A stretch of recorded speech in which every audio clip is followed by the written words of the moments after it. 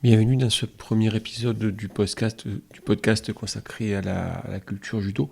L'idée en fait étant de vous donner quelques informations qui ne s'enseignent pas forcément directement sur le tatami. Qui est Jigoro Kano ? Jigoro Kano est né en 1860, il est issu d'une famille relativement aisée de brasseurs. Et ce que l'on peut constater, c'est qu'il est dans un premier temps d'une constitution relativement chétive. Il ne dépassera jamais la taille de 1m50 ou un peu plus. À 17 ans, il devient étudiant à Tokyo.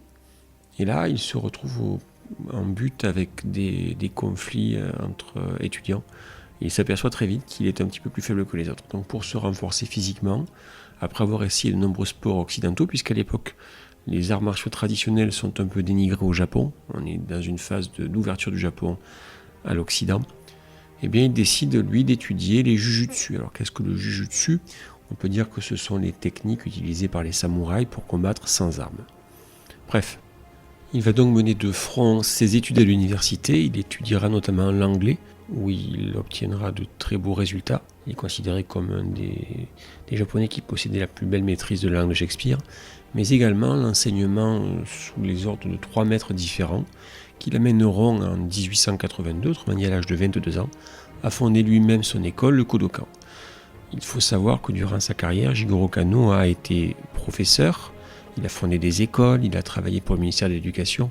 On peut donc dire que c'est avant tout un pédagogue.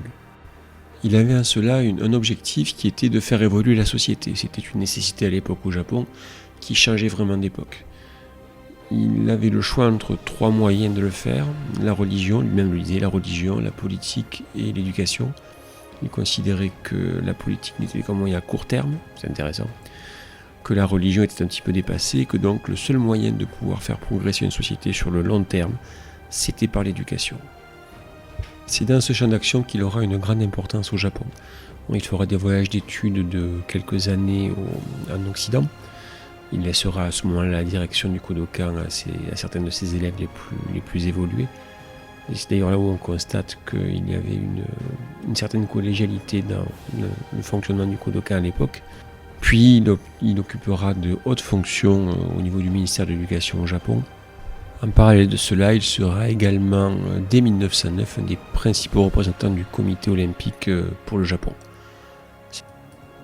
Il mena pendant des années toutes ces nombreuses activités parallèles, et c'est au cours d'un voyage de retour du Caire pour une mission concernant justement les Jeux Olympiques qu'il décéda suite à une maladie.